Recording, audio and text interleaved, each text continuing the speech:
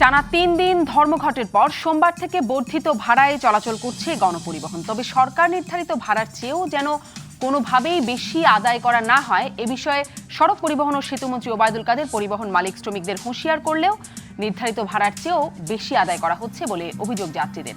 এদিকে বিএনপির অভিযোগ, জ্বালানি তেলের দাম ও গণপরিবহনের ভাড়া বৃদ্ধি করা সরকারের সাজানো খেলা। তাই এর প্রতিবাদে আগামী 10 ও 12 নভেম্বর বিক্ষোভ ঘোষণা করে বিএনপি মহাসচিব মির্জা ফখরুল ইসলাম আলমগীর বলেছেন, বর্তমান সরকার পকেটমার সরকার, তারা জনগণের পকেট কাটছে। আর সরকারের সীমাহীন দুর্নীতি, লুটপাটের আর্থিক দায় জনগণের কাঁধে চাপাতেই জ্বালানি তেলের দাম বৃদ্ধি করা হয়েছে অভিযোগ করে সিপিবি বলেছে, বর্তমান সরকার ফ্যাসিবাদী কায়দায় দেশ পরিচালনা করছে, তারা জনগণের কোনো দায় দায়িত্ব নিচ্ছে না। স্বাধীনতার 50 বছরে জনগণের দায় দায়িত্ব নিয়ে রাজনৈতিক দলগুলো কে কতটা ভেবেছে ভাবছে, এই আলোচনায় আজ রাজকাহনে যুক্ত আছেন শিক্ষা উপমন্ত্রী ব্যারিস্টার মহিবুল হাসান চৌধুরী নওফেল এমপি, যুক্ত আছেন বিএনপির সাংগঠনিক সম্পাদক শামা ওবায়দ এবং আছেন সিপিবির কেন্দ্রীয় কমিটির সম্পাদক রুহিন হোসেন প্রিন্স। স্বাগত জানাচ্ছি আপনাদের তিনজনকেই আজকের রাজকাহনে। শিরোনাম যেটি দিয়েছি, জনভোগান্তি নিয়ে কেমন রাজনীতি। আমি ব্যারিস্টার মহিবুল হাসান চৌধুরী নওফেল এমপি, আপনার কাছ থেকে প্রথমেই জানতে চাই যে সরকার বাড়ালো তেলের দাম, গণপরিবহন মালিকরা সরকারের সাথে দর কষাকষি করে, ধর্মঘট করে, জনগণকে জিম্মি করে গণপরিবহনের ভাড়া বাড়িয়ে নিল, কিন্তু জনগণ আসলে কার সাথে দর কষাকষি করবে? জনগণের ভোগান্তিটার বিষয়ে সরকার কি ভাবছে? এদিকে দ্রব্যমূল্যও বেড়ে গেছে, আবার মানুষের কিন্তু করোনার মধ্যে আয় কমেছে, অনেকের অনেক দেনা হয়ে গেছে করোনার মধ্যে। নিশ্চয়ই জনপ্রতিনিধি হিসেবে আপনারা আরো ভালো জানেন, ব্যারিস্টার নওফেল। ধন্যবাদ আপনাকে।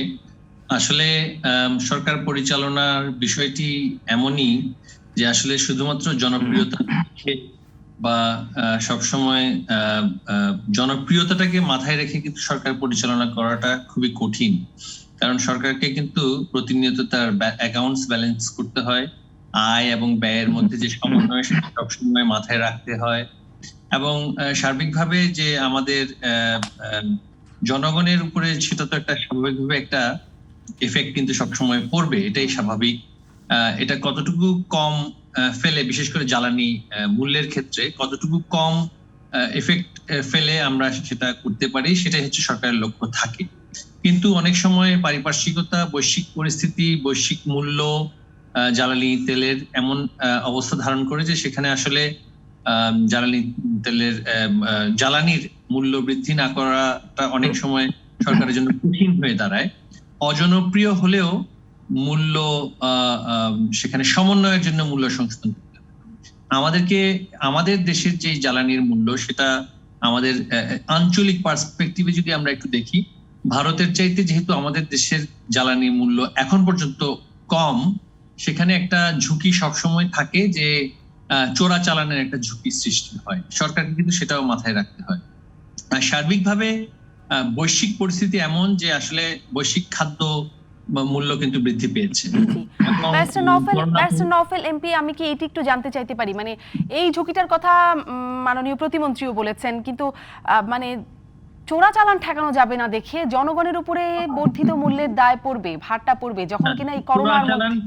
না, চোরাচালান ঠেকানো যাবে না এটা কোনো কথা না, তবে এটা অনেকগুলো ফ্যাক্টরের একটা ফ্যাক্টর। বিষয়টা হচ্ছে সরকারের কিন্তু আপনার এটাও মাথায় রাখতে হবে যে রাজস্ব আয়ও কিন্তু কমছে। সরকারের রাজস্ব আয় কমলে তার ইভেন্চুয়ালি যে এফেক্টটা পড়ে সেটা কিন্তু জনগণের উপরেই পড়ে, কারণ রাজস্ব আয় কমলে কিন্তু সরকারকে আরো বেশি পরিমাণ আপনার ধার করতে হয়, এবং উন্নয়ন সহযোগিতার থেকে যেমনি ধার করতে হয়, জনগণের কাছ থেকেও ধার করতে হয়। সেই ক্ষেত্রে আবার পুরোপুরি ইভেন্চুয়ালি গিয়ে আবার জনগণের উপরেই এটা বর্তায়, কারণ ধার যত বেশি সরকার করবে তত বেশি সুদ সরকার জনগণকে দিতে হবে, এবং ইভেন্চুয়ালি গিয়ে কিন্তু তাকে অ্যাকাউন্টসটাকে একটা পর্যায়ে গিয়ে ব্যালেন্স করতে হয়। আমরা জানি আমাদের দেশে কিন্তু জ্বালানির মূল্য, বিদ্যুতের মূল্য রিজিওনাল পার্সপেক্টিভে এখন পর্যন্ত যে পর্যায়ে আছে, সেটা কিন্তু রিজিওনালি যে মানে বাজার, জ্বালানির যে মূল্যের বাজার, সেটার চেয়ে কিন্তু কোনো অংশেই আমরা মানে অনেক বেশি এটা বলা যাবে না। তো এটা কিন্তু আমাদের মাথায় রাখতে হবে। চোরাচালানের ঝুঁকি নয়, কারণ সরকার কিন্তু আন্তর্জাতিক বাজার থেকে সেটা কিনতে হয়, কেনার ক্ষেত্রে কতটুকু ভর্তুকি দেওয়ার সক্ষমতা সরকারের আছে সেটাও কিন্তু বিবেচনা করতে হয়। এখন বর্তমান কোভিড পরিস্থিতিতে যেটা হয়েছে যে আমাদের দেশে কিন্তু আমদানিও কমেছে।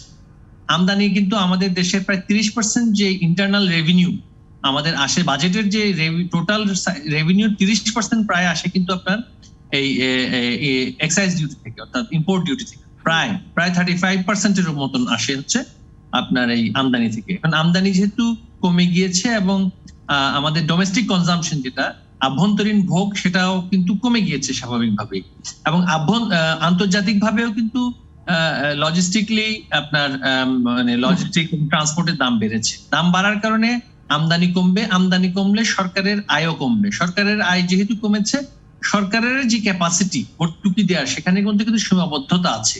সরকার ভর্তুকি দিবে, সারে দিবে, বীজে দিবে, সরকার আরো অন্যান্য শিক্ষা, স্বাস্থ্য আর অন্যান্য খাতে কিন্তু সরকার বিনিয়োগ করে যাচ্ছে, এবং এই পার্সপেক্টিভে কিন্তু আমাদের আসলে বুঝতে হবে। এবং আমি মনে করি এই প্রশ্নটাও বহুল জিজ্ঞাসিত, নিশ্চয়ই আপনি এই প্রশ্ন শুনেছেন বা মানে করেছি আমরা বিভিন্ন সময়, যে যখন জ্বালানি তেলের দাম বিশ্ববাজারে একদম শূন্যের কোটায় নেমে গেল তখন তো সরকার ঠিকই লাভ করেছে, তাহলে সেখান থেকে মানে এখন যখন লস করছে তখন তো কমানো হলো না তেলের দাম সেইভাবে, তাহলে এখন কেন এতটা বাড়িয়ে দেওয়া হলো একদম 23%? এবং এটার সুফল কিন্তু সরকার যে বলা হচ্ছে যে টোটাল হিসাবের মধ্যে 10,000 কোটি টাকার বিপিসির লাভ হয়েছে।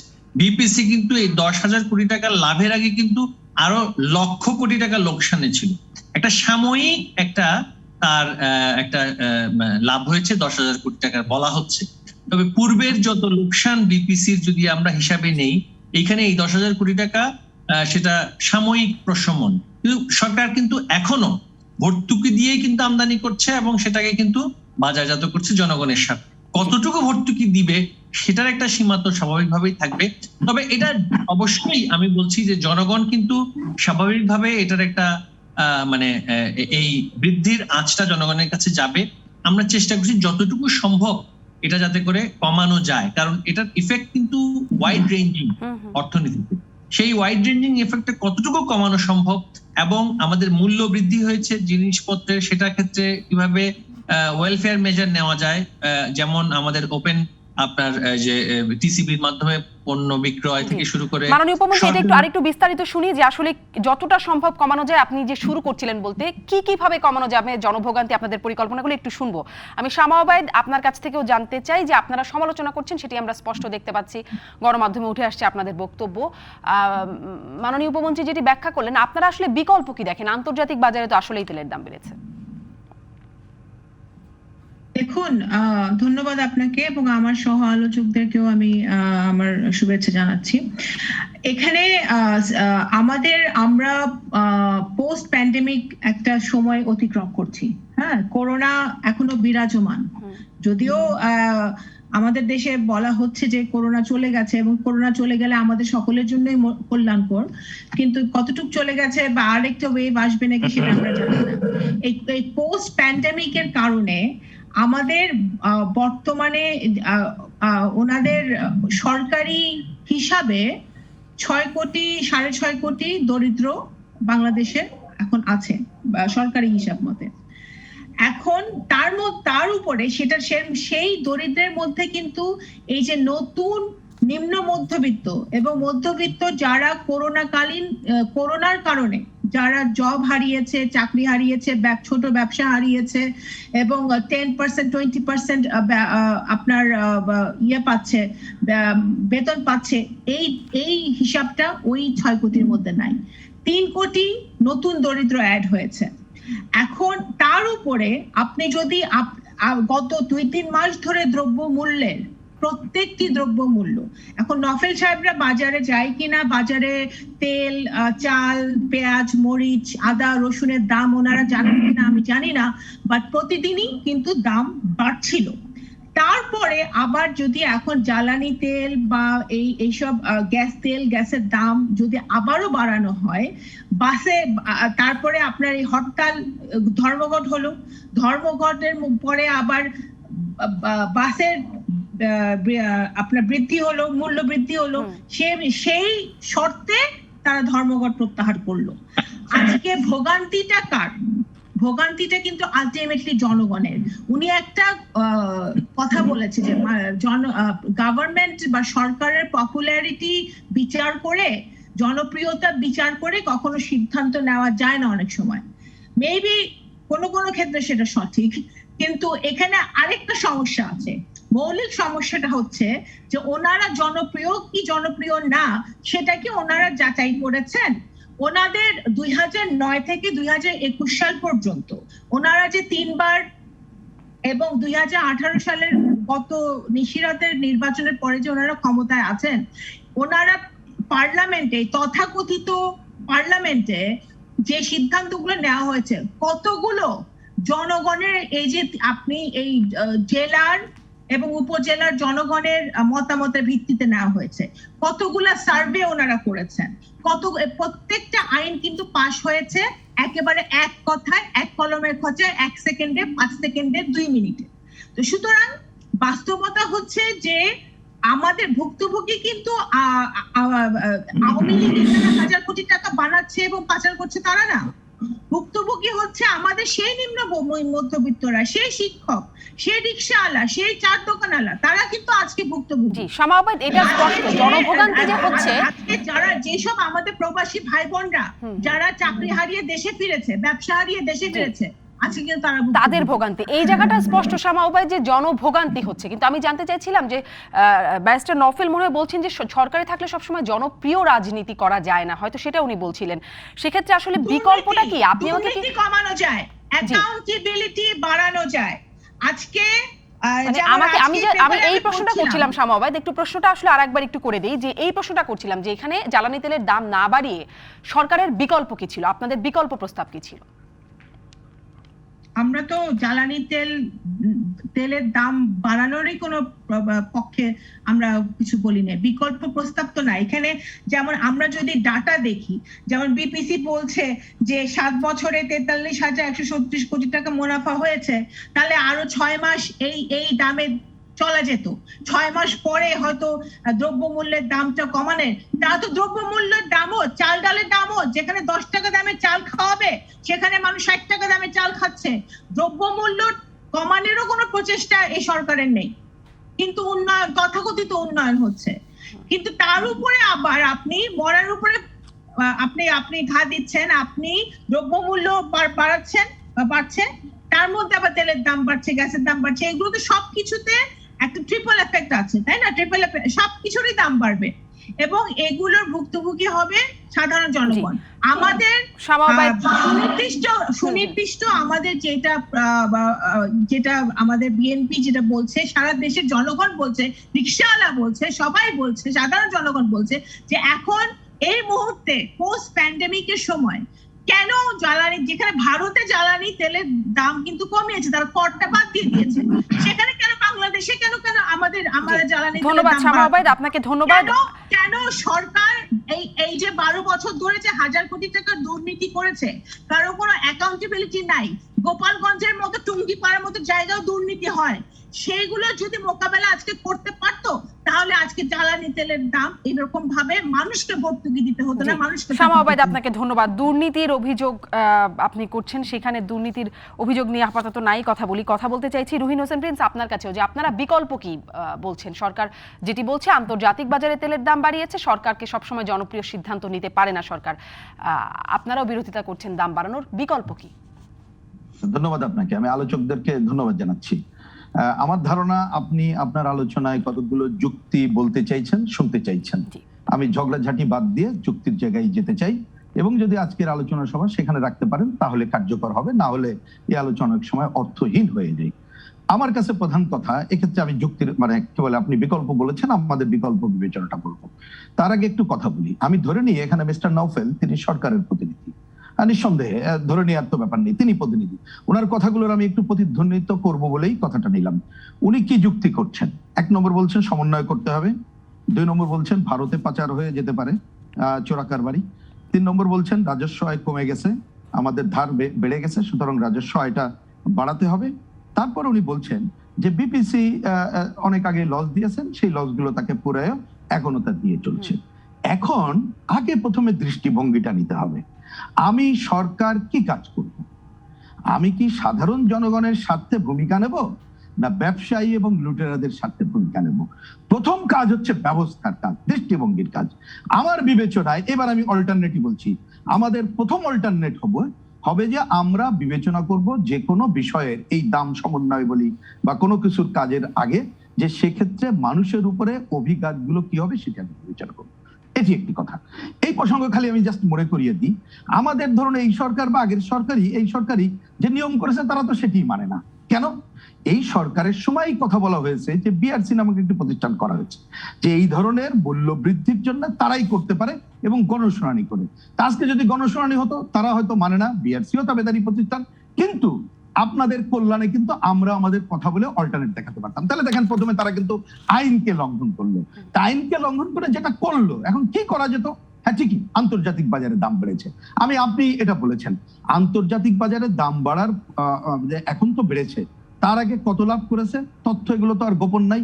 ওই 43,700 কোটি টাকার কথা আসছে, কত শুল্ক দিয়েছে?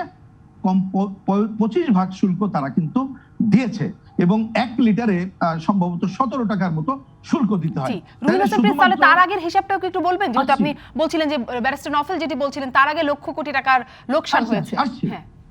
আসছি কথাটা আমি বলছি যে তাহলে এই যে এই সময়টায় যেটা দিতে হয়েছে, তাহলে ধরুন এই সময় তারা লাভ করেছে। আচ্ছা, বিগত দিনে যেটা দিয়ে হয়েছে এই টাকাটা কে দিয়েছেন? এটা কিছু মনে করবেন, আমি নাম বলতে চাই না। ক খ গ তার ব্যক্তিগত জমি বিক্রি করে দিয়েছে না জনগণের টাকা দিয়েছে? জনগণের বাজেট টাকা দিয়েছে। সুতরাং এটা লোকসান বলবো কেন? আমরা যে ভর্তুকিটা দিয়েছে জনগণের টাকায় দিয়েছে, সুতরাং ওইটা কত দিয়েছে এটা আমার কাছে বিবেচনার বিষয় না। বিবেচনাটা কি কারণে আসছে আমি আগের কথা বলেছি, আপনি দৃষ্টিভঙ্গি আগে ঠিক করবেন। আমরা কি স্বাধীনতার মধ্য দিয়ে, মুক্তিযুদ্ধের মধ্য দিয়ে এখনো কি ইস্ট ইন্ডিয়া কোম্পানি দেশ চালাচ্ছে না পাকিস্তানিরা দেশ চালাচ্ছে? যদি বুঝতাম ইস্ট ইন্ডিয়া কোম্পানি দেশ চালাচ্ছে, পাকিস্তানি দেশ চালাচ্ছে, তাহলে আমি লস নিয়ে আলোচনা এই পয়েন্টে করতাম। বাংলাদেশ নামক রাষ্ট্র মুক্তিযুদ্ধের মধ্যে অর্জন করেছি, আমাদের অর্থনৈতিক নীতিমালা পরিষ্কার করে বলা আছে। সুতরাং এইগুলো আমরা শুনবো না, আমরা শুনবো জনগণের স্বার্থ কি আছে। তাহলে এবার চলে আসি এই যে টাকাটা, তাহলে যে লসটা আপনি শুনছেন ওই লসটা কি? আমাদের বাজেটে যেটা নির্ধারিত এই যে টাকাটার কথা বলা হচ্ছে ভর্তুকি হিসাবে ছিল, সেটা দেওয়া হচ্ছে, কিন্তু জনগণই দিয়েছে। আপনি আমি একেবারে আমাদের গরিব মানুষ যিনি ম্যাচ কেনেন তিনি, অন্যরা যারা ট্যাক্স দেন তারা এটা দিয়েছে। সুতরাং আমার কাছে ওইটা কিন্তু আপনি ওই হিসাব করলে দেখবেন যে প্রধান আলোচনা থাকে না। তাহলে এবার আসেন, বুঝলাম বিশ্ববাজারের দাম বেড়েছে, কথা তো ঠিকই, বিশ্ববাজারের দাম বাড়লেও অনেক কিছুর দাম বাড়ে। তাহলে বাংলাদেশের মানুষ এটা চিন্তা করবো না? আমি প্রসঙ্গ করবো বিআরসি, তারা যে দাম বাড়াবে না কমাবে তার কিন্তু একটা কি আছে জানেন?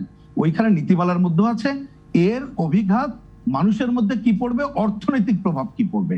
তাহলে এইটা যদি বিবেচনা করি তাহলে আপনি দেখেন মানুষ সরাসরি কেরোসিন ডিজেল যারা ভোগ করেন তারা দুরবস্থায় পড়বেন। আরেকটা হচ্ছে এই ডিজেলের দাম বাড়া মানে হচ্ছে আমাদের পণ্য পরিবহন থেকে শুরু করে এই যে এখন তো বাসের তো নতুন নাটক, সেটা পরে আসি, যে ঘটনাগুলো কৃষি থেকে একটা স্যারাবের অবস্থা হবে। তাহলে এই অভিঘাত বিবেচনা করে আমার দেশের অর্থনীতি কি এখন এইরকম সক্ষমতা নেই যেটা ওনারা বলছেন 5 মাসে দিয়েছেন 1200 কোটি টাকাও না, তার মানে 300 কোটি টাকার কম, এটা কি দিতে পারি না? আমার বিবেচনায় তাহলে এইটা করতে গেলে আমাদের বিবেচনায় প্রথমে বলি, আমি তো আইনের কথা বললাম, একটা হচ্ছে শুল্ক আপনি এখানে কমিয়ে নিয়ে আসেন, তাহলে আপনার কিন্তু ভর্তুকির পরিমাণ করতে হবে, আর বাকিটা আপনি ভর্তুকির জায়গায় যান। সেই ভর্তুকির জায়গায় যাওয়ার পরে আমি যদি দেখি এখানে নভেল সাহেব যেটা বলছেন আমরা ধার করছি, এ করছি, সে করছি, হ্যাঁ যদি এটা হয় আপনি তাহলে বড় বড় প্রজেক্ট বন্ধ করেন, অপ্রয়োজনীয় প্রজেক্ট বন্ধ করেন।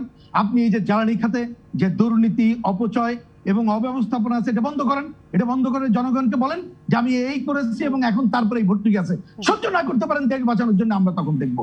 আমরা দেখছি এই কোনোটা না করেই তারা জ্বালানি তেলের দাম এমন ভাবে বাড়ালো। এই ক্ষেত্রে হ্যাঁ ওই যে আপনি শুনেছেন আমরা বলেছি একটা স্বৈরাচারী সরকার যে ফ্যাসিস্ট কায়দায় দেশ শাসন করে, জায়গাটা সেখানে চলে গেছে।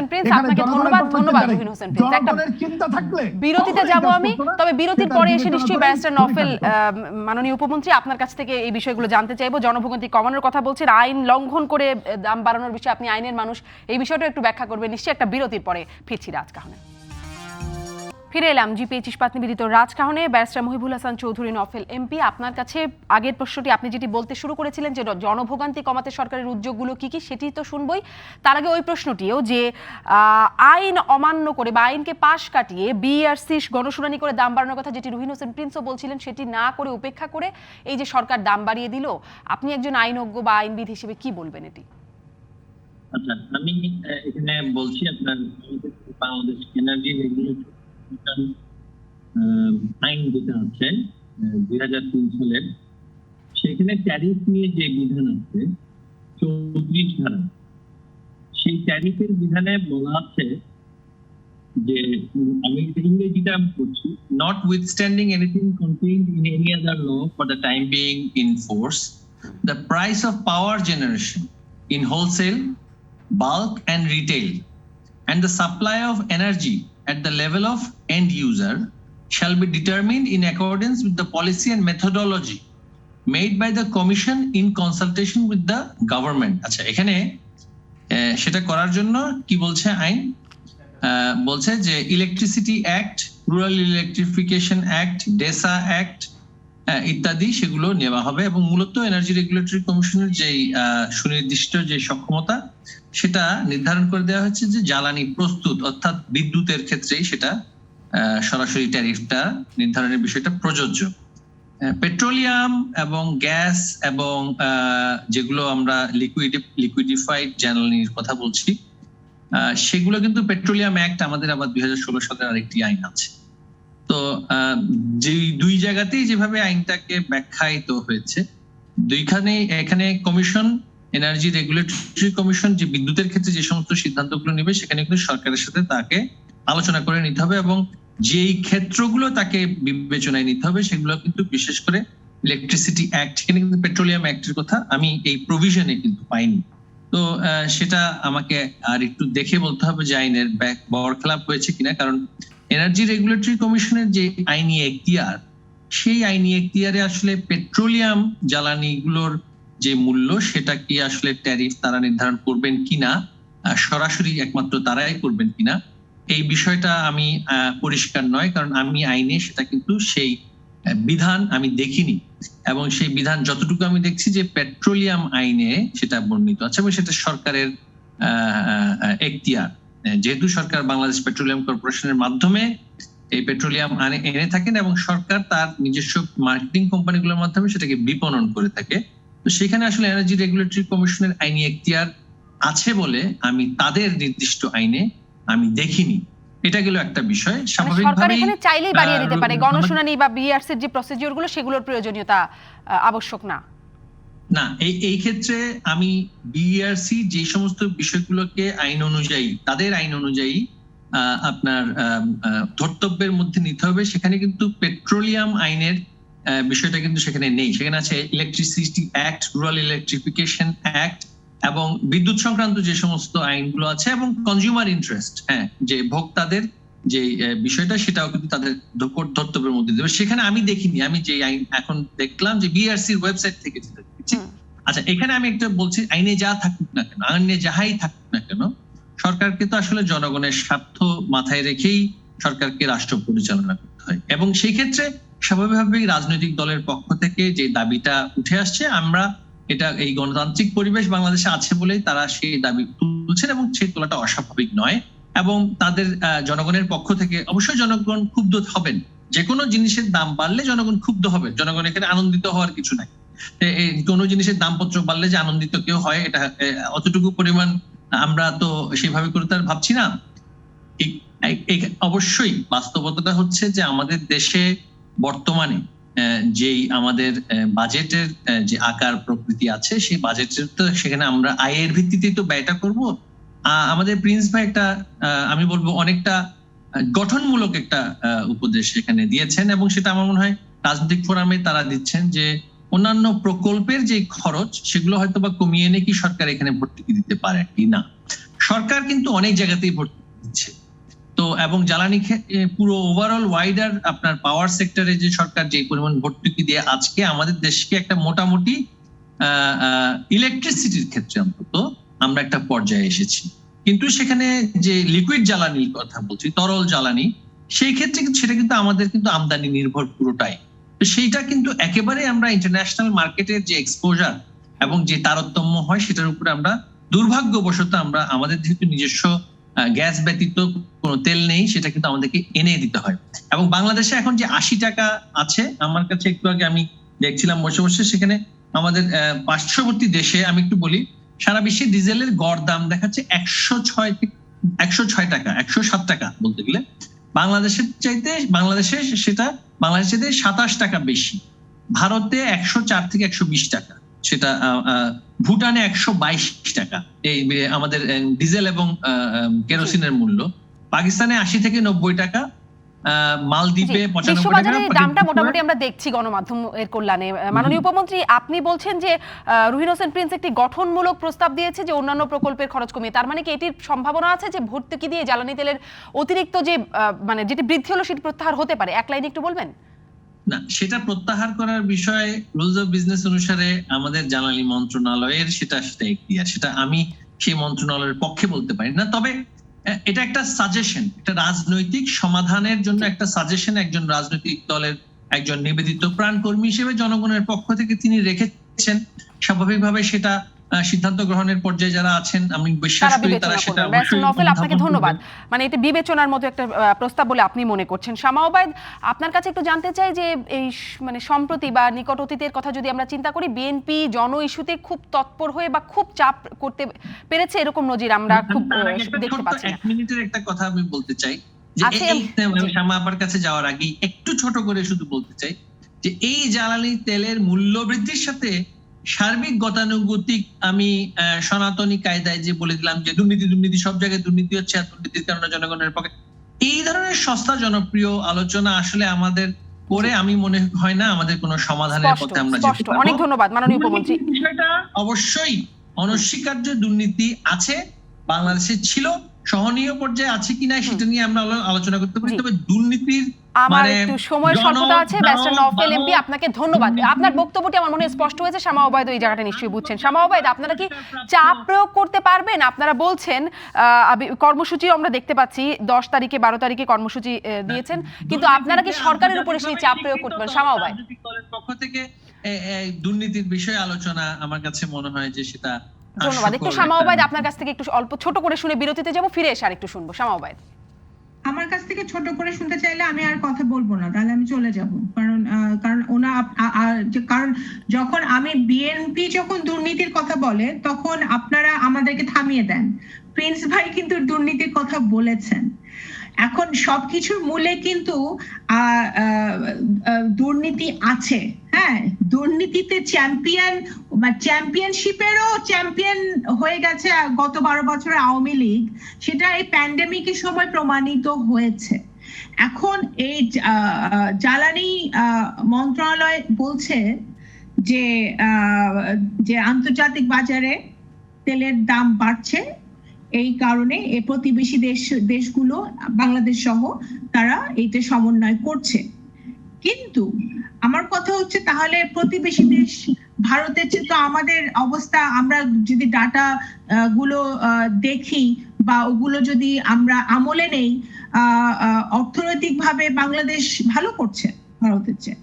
তাহলে সেটা যদি সত্যি হয়ে থাকে, তাহলে ভারত তার জনগণের জন্য, যেখানে অনেক বড় বেশি জনগোষ্ঠী, সেখানে ভারত জ্বালানি তেলের দাম সারা বিশ্বে বাড়া সত্ত্বেও কিন্তু তারা তাদের দামটা কমাতে পেরেছে করটা বাদ দিয়ে।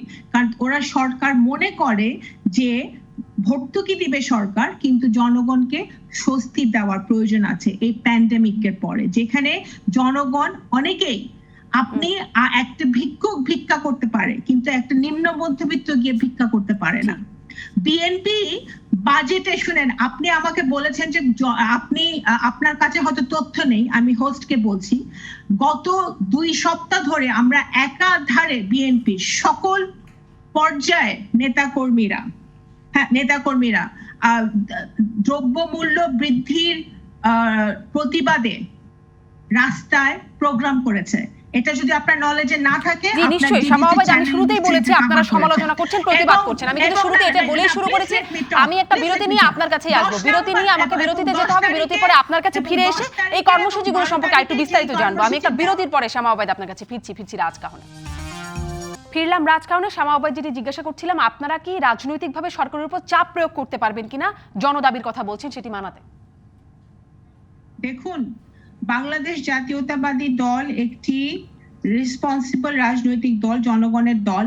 গত এই যে বাজেট দেওয়া হয়েছিল না, বাজেটের আগে এবং পরে আমরা লিখিতভাবে জনগণের কাছে এবং এই দেশের সরকারের যে সরকারটি এখন দেশ চালাচ্ছে তাদের কাছে আমরা পেশ করেছিলাম, যে এই যে রুহিন হোসেন প্রিন্স ভাই যে কথাটা বলেছিল যে আপনার এই যে প্যান্ডেমিকের মোকাবেলা করার জন্য একটা শর্ট টাইম বাজেট প্রয়োজন, যেখানে আপনি অন্যান্য সকল মেগা প্রজেক্ট যেগুলো এখন আমাদের প্রায়োরিটি না সেগুলো কমিয়ে বাদ দিয়ে আমাদের ইমিডিয়েটলি আমাদের যেটা দরকার সেটা আমাদের সাধারণ জনগণের কাছে ক্যাশ ফ্লোটা পৌঁছানো।